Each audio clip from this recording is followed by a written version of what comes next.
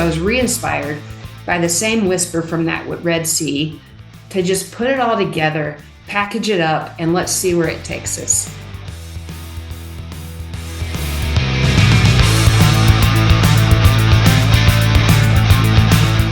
This episode of the Coach's Call podcast is presented by Answers, ANSRS, the fastest, most accurate data and video management system in football, used by major college programs and high schools all across Texas.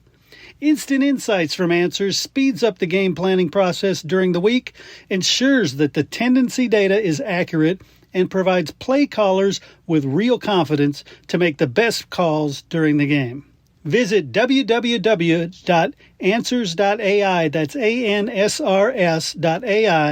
to learn how Answers can help you gain a real competitive advantage next season.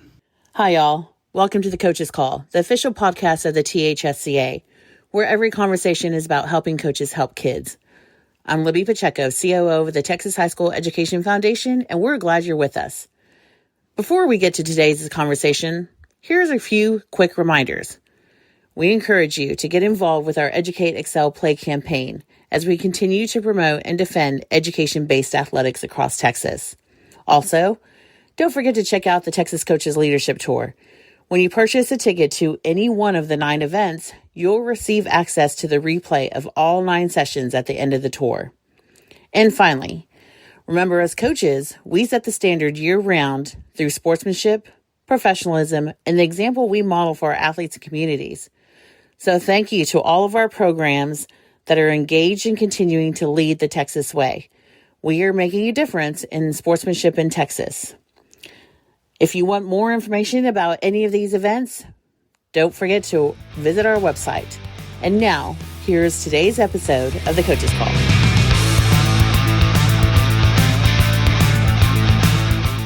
All right, everybody, welcome back to the Coach's Call. I'm Chris Daly, and as usual, I have the pleasure of introducing a guest host this time, and we're going to talk about two of the things I love the most, coaching and books. So I have the pleasure of introducing Coach Bob Wager. Bob, if you could tell everybody a little bit about yourself and then who your guest is and what you're going to talk about. Will do, Chris. Thank you so much for having us, well, Coach Brittain and myself. My name is Bob Wager. I'm a 30-year Texas high school football coach. I grew up in upstate New York and jumped on a motorcycle and moved here right after graduation to be part of the greatness of this state and all things athletics. I'm currently the high school relations director and special teams coach at Texas Christian University here in Fort Worth. And today, my special guest is Coach Brooke Brittain, the athletic coordinator and head girls basketball coach of the Mansfield Tigers. Coach Brittain, good afternoon. Hey, thanks for hanging out with me today. Oh, it's my pleasure. Anytime I can do that makes my day better. And a little background information. I was fortunate enough to be able to hire Coach Brittain in 2010 as our head girls basketball coach at James Martin High School in Arlington, Texas. And that has led to not only a tremendous admiration, both as a coach and a human being, but truly one of my very, very best friends in life. So let's kick it off right now. Let's go back to that window of time in the spring of 2010, Brooke, as we're hiring a head girls basketball coach at Martin High School, and you walk through the door, but your credentials looked a little bit different than everybody else's resume. Obviously a Martin High grad, which immediately drew my attention. College basketball playing experience, college basketball coaching experience, but it was the military background that really made me my eyes pop when I saw your name come across and into that applicant pool. And so let's just talk a little bit through that day and moving forward. Your first interview. Yeah, what a wild ride that was. I had actually just gotten back from Iraq for my second deployment to Iraq. I was there for 9 months in 2009. I came home and I was coaching at Denison High School, and I saw the Martin High School job come across the job board, and I just stood up and jumped up and down saying, that's the one. But I knew that was going to be a a hard opportunity to go grab until I met you. I still remember sitting in that interview room and putting my packet across the desk, and I could tell that you were one of the most patriotic people I've ever met. And I immediately knew that not only were you not worried about me being a reservist who was going to be coaching and be in the military at the same time, but you were going to be supportive of it and a fan of that for me. And so I, from day one with you leaving that interview, knew that you were somebody that saw the military service as an asset. And I just always appreciated that opportunity because I know that was a gift. A lot of people don't understand that reservists, they see that service that could pull them away from their job as a burden. And you saw it as a gift. And I will forever credit you with seeing that and putting my career on the right direction and getting me my first head coach job. So thank you for taking that military service for what it was and recognizing that even though I was 4 months out of Iraq, that could lead into something that was going to be valuable for both of us at Martin High School. Well, certainly a no-brainer hire and one of the best that I've been fortunate to make along those lines. Shock and awe, certainly very, very memorable in 2003.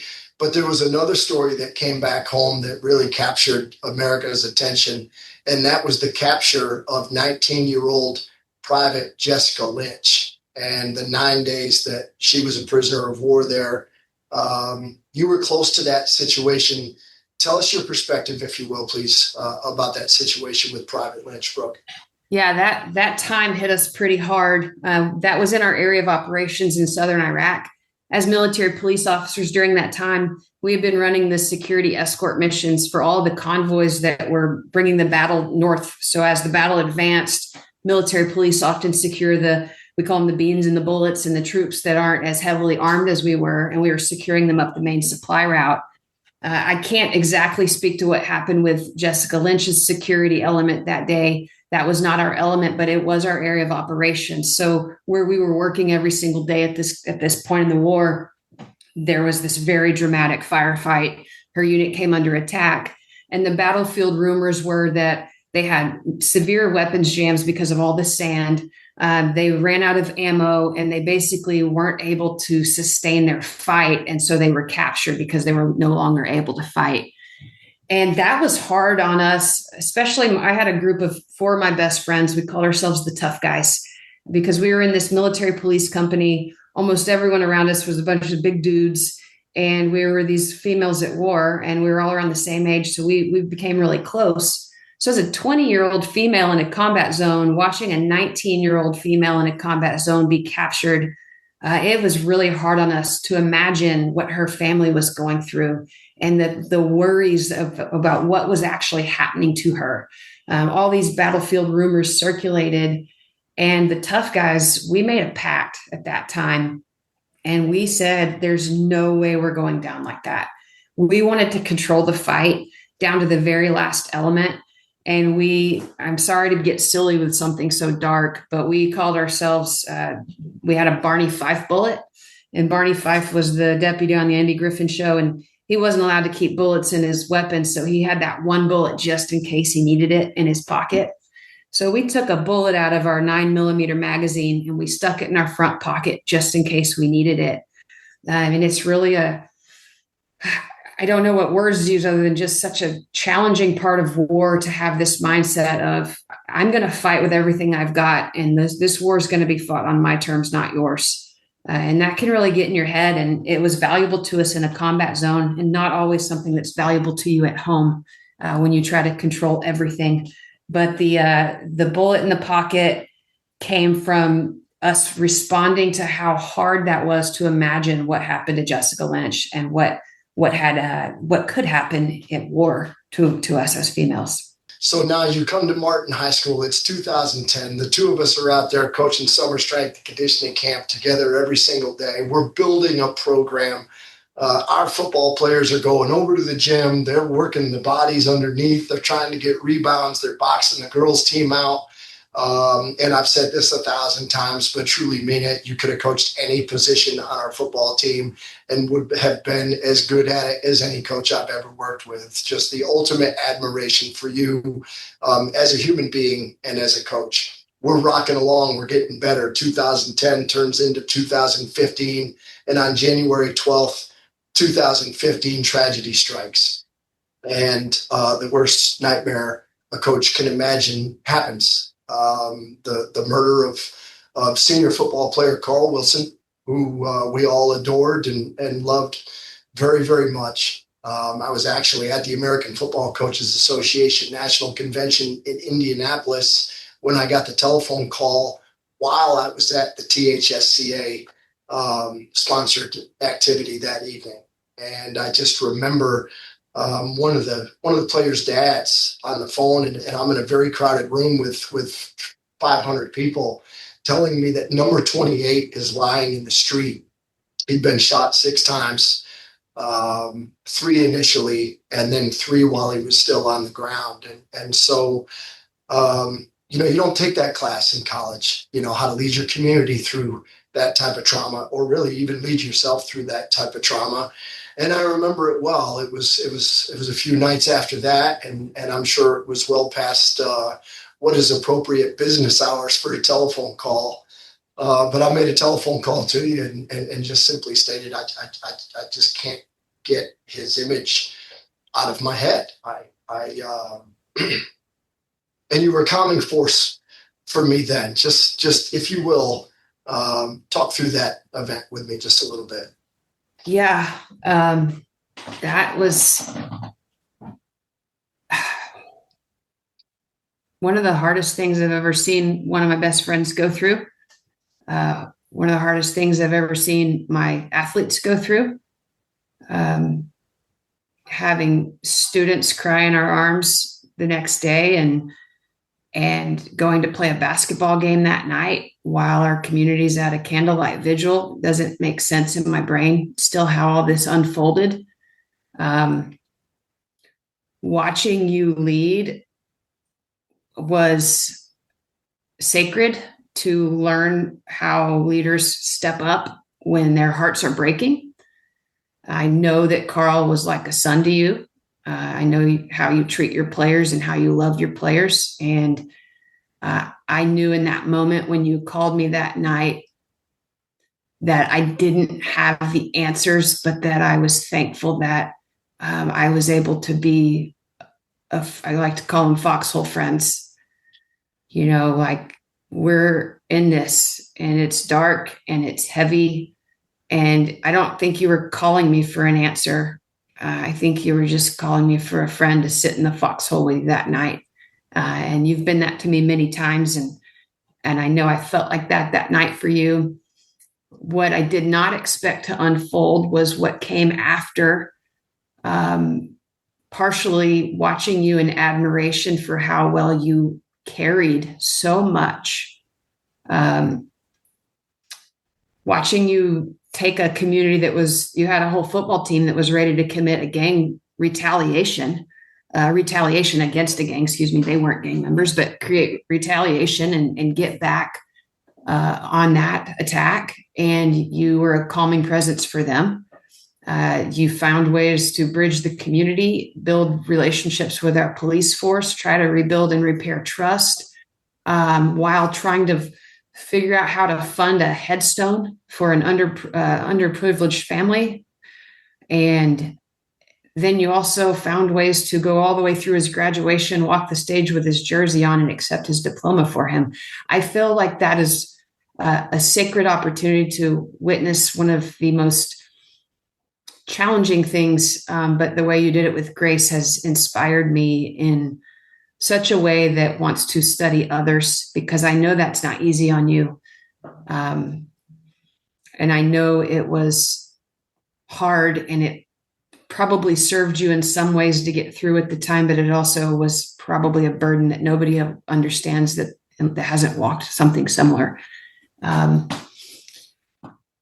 It's a hard thing to explain in a podcast format, but I love you so much. And what's interesting is I know you probably don't want to hear that I admired you through it, but when you admire other people through that and see how people lead through struggle, it can teach you things. But it also led me, one of the things that I learned from myself in the book is not to compare. because where I might have compared myself as weak because I felt really weak during some of those things, I recognized that I probably didn't see you're weak. I think leaders don't share their weak with everyone because they have to lead. So I've even learned through your strength not to judge my own and compare my own weakness. And I talk about that in the book some. But you've taught me so much. That challenge that our community faced taught me so much, and it really inspired me to study it, which is what I'm working on my dissertation right now, which I know you'll probably ask about in a bit, so I won't ramble there, but it all started there. It really, and from my combat lens and things I witnessed, I don't know what to call it, but it is a sacred space. I'd been present in other sacred spaces of leadership. And when I watched you navigate what I had seen similarly in combat, I found it special enough to just really care about how you do what you do, and how you cope and take care of yourself when it's over, and so that's kind of the journey I'm on still. So, yeah.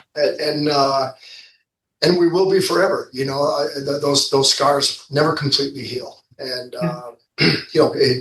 he's present often, in a lot of thoughts and prayers. And I thank you for helping me through that, because when you are leading first your team, then an entire athletic program, then really an entire community, at the end of the day, that's what happens in those times right there is they look to the coach, and it happens in communities all over this great state and across our great country. And we didn't take any of those classes in college. They didn't teach us how to manage situations like that. I think the greatest, as I look back on that experience, the greatest realization that I came to is while you're trying to be strong for your entire community, you never really have an opportunity to grieve yourself, and how you manage those emotions.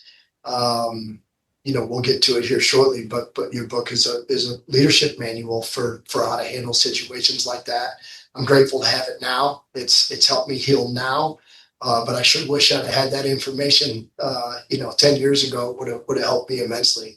I want to shift gears and talk a little bit again with the parallels of coaching and your military background.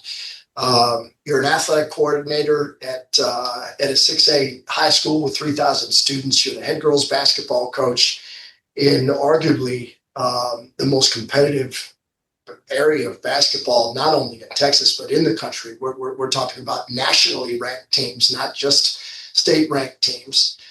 You're finishing your doctorate at Creighton University. You have now authored a book that we'll discuss in great detail moving forward. And you battled cancer and all of those things hitting you simultaneously. I continue to see those parallels between your coaching and your military. Talk to me a little bit about not only how you survived all those things and endured all those things, but somehow found a way to thrive in spite of all of that adversity hitting you simultaneously. Talk us through that a little bit, please. Man, I've got a mentor. He's my second dissertation chair, and I stole a phrase from him. I didn't realize I stole it at first. I met him because of it, but relentlessly optimistic. And I think we talk about resilience, and I know that optimism fuels resilience. And so my mentor and he was the former sports psychologist at Villanova men's basketball when they won a national championship. He's an elite human performance expert, and he turned 20 in Vietnam, and he was a military police officer. It's so strange that I've met this guy. It's like a kindred spirit from different generations of war. And I've gotten to where I talk to him all the time throughout my dissertation. But during my cancer journey, he's got this chapter in his book called Relentless Optimism. And in it talks about you don't just endure, you express your greatest self. And I'm going to share this, but I don't want it to come off poorly because there's times where I don't always feel this. So if anybody's down and they're not feeling this right now, this is not an attack or a trigger. But I truly believe that if you're simply trying to endure hardship in life and just get through, you are doomed to mediocrity. You're doomed to being mediocre if all you're ever going to do is just try to get through it. And so I think if we look at our challenges, and when life just throws dirt on us and then it dumps the rain on us and you're just in the middle of this dirt and storm, like, what have you put down as a seed that is going to bloom? You're not just there to get through the storm. You're there to water what you've planted for it to come out through that challenge. And it doesn't always feel like that, because there's days I can live this here and have this book and tell you all these things, but there's still days where you're like, oh man, I really don't want to do this. Like, hey, I didn't really want to have stage 3 cancer. I did not want to have treatment every 3 weeks for a year. I didn't want to do any of it. I faced it with a smile in front of everyone else, but I certainly screamed and cried a few times on my own. And so those emotions can exist, but if we're just waiting for storms to pass, life's too short for that. And it's just, you're doomed for mediocrity if you're going to wait for everything to pass. And so I hate the word endure. I think just if somebody say you've endured so much, that's not a compliment, not a compliment. So how, I think I've strayed a bit from your question, but I just, that really hits me, is if I'm just enduring, I need to do better and get out of whatever funk it is that I'm going through and figure out a way to win whatever's in front of me. And so during my cancer journey, it was win my treatment, win as many games as possible, win how I delegate to staff when I'm learning what I cannot do, because just because I can win doesn't mean I can do everything. But I can find ways to win in what I can do, and then I can find ways to thrive and not just endure. I want to express my best self. And I appreciate Dr. Brennan giving me language for that. But I feel like when I read it, I already knew it innately. I'm like, this is, when you're hearing something like, yes, like you didn't need to teach me that. I just needed language for it. He gave me language for relentless optimism. I love it. I love it. Which leads us to the book. And, I think there's one thing when you hear of a great book and you see a great book on the shelf. I've had an opportunity to watch this firsthand. I've had an opportunity to watch you completely transform an athletic program.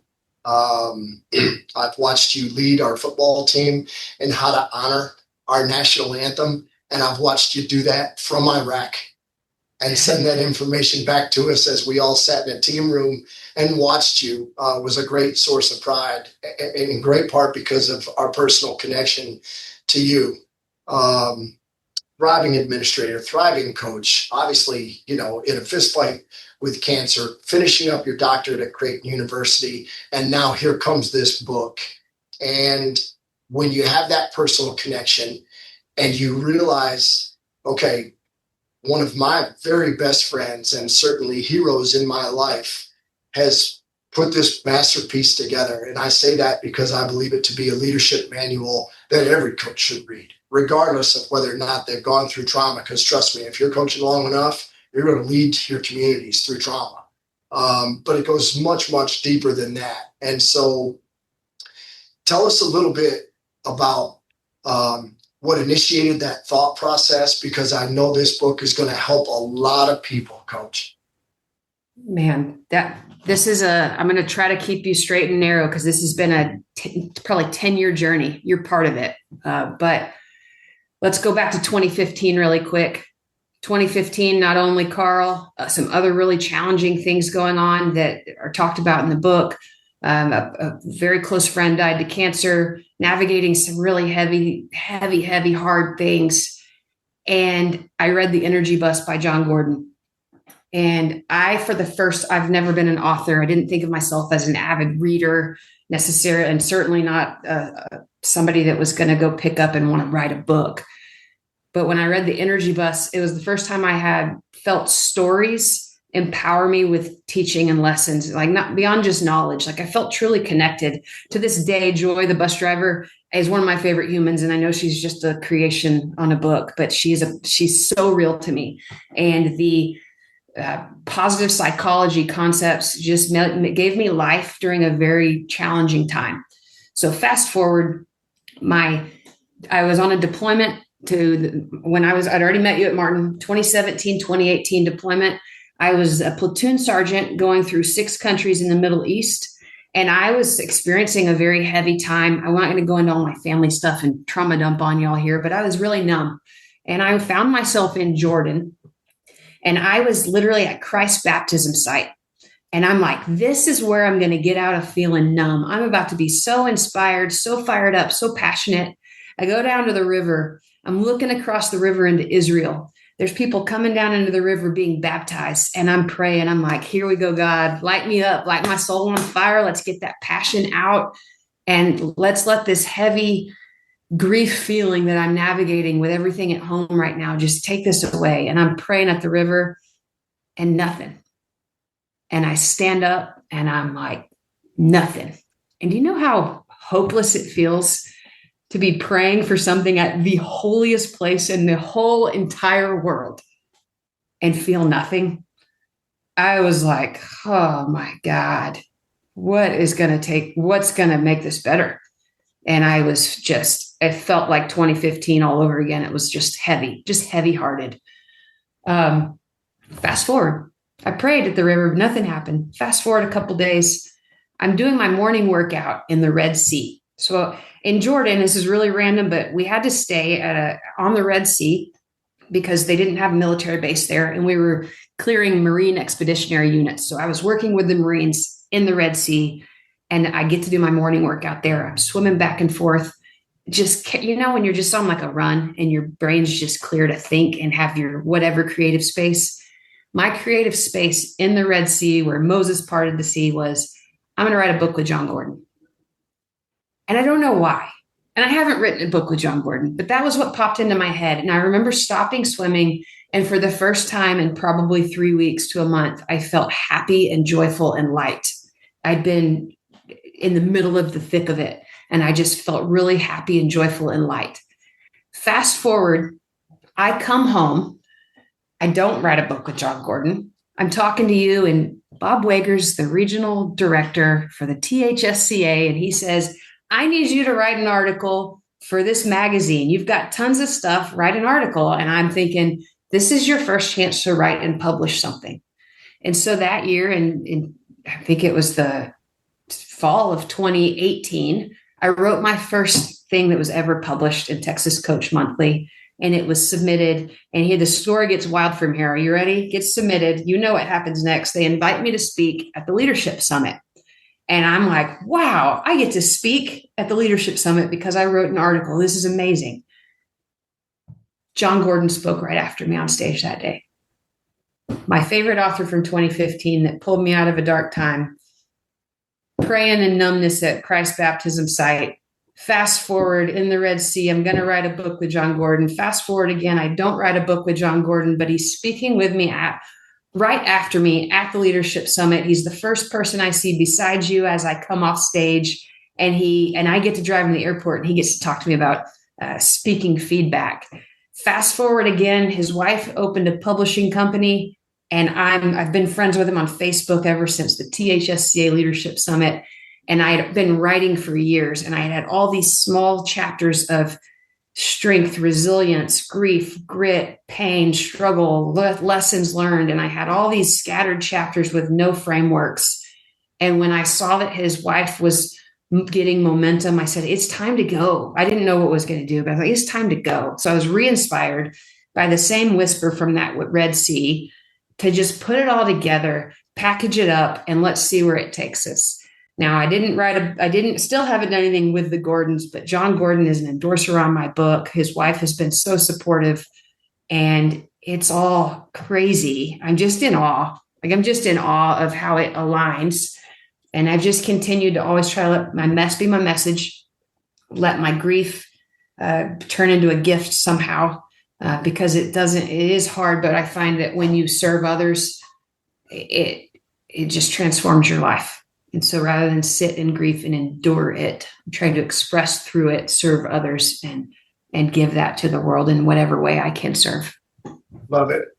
There's an awful lot of listeners that are already well aware of of who you are, mostly because of your recent speaking engagements, whether it be at coaching school at what has now become statewide and a highly sought after nationwide speaker. But for those of you that don't, let me tell you about Coach Brooke Brittain.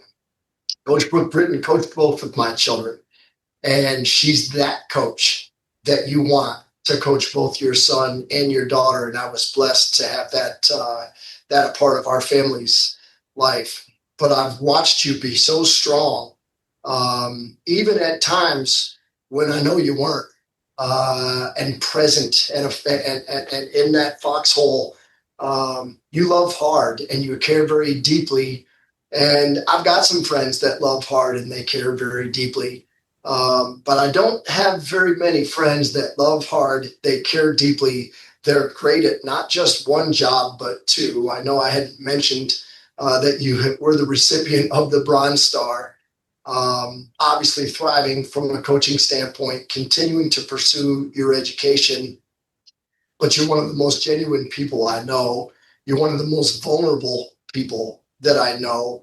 But you're the only person that I know that has all those traits and also the ability to beautifully articulate all of those thoughts. And having read this book now, going on time number 3, I revert back to it, and it's uplifting, and it tackles things heads on.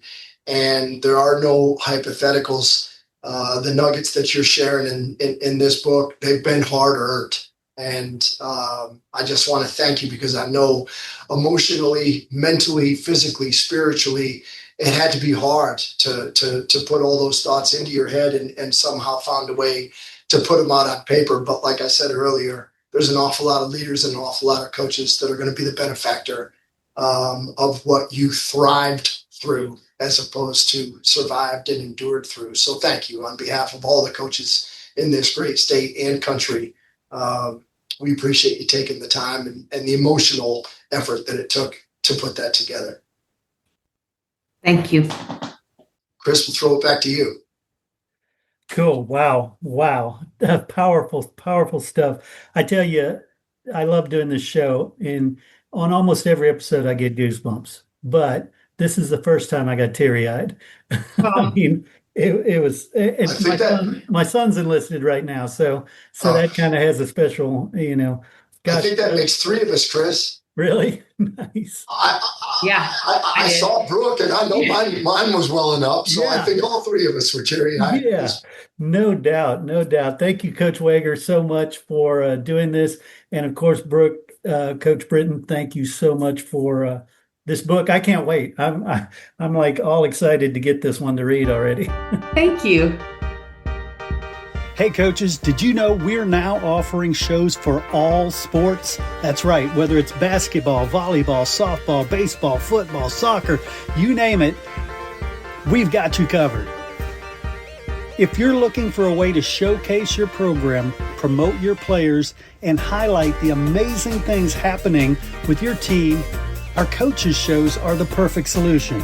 Plus, our business model lets you or your booster club raise money while building excitement and support for your program. Don't miss the opportunity to take your team's story to the next level. Find out how you can get your very own coaches show. Reach out to Chris at 713-269-4620 today. That's 713-269-4620, because every team deserves the spotlight.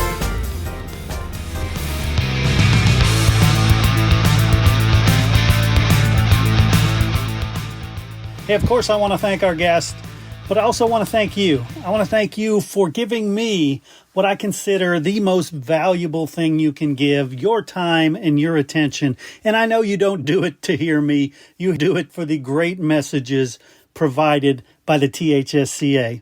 And hey, if you'd like to associate your company with the THSCA and the Coach's Call podcast, limited sponsorship opportunities are available.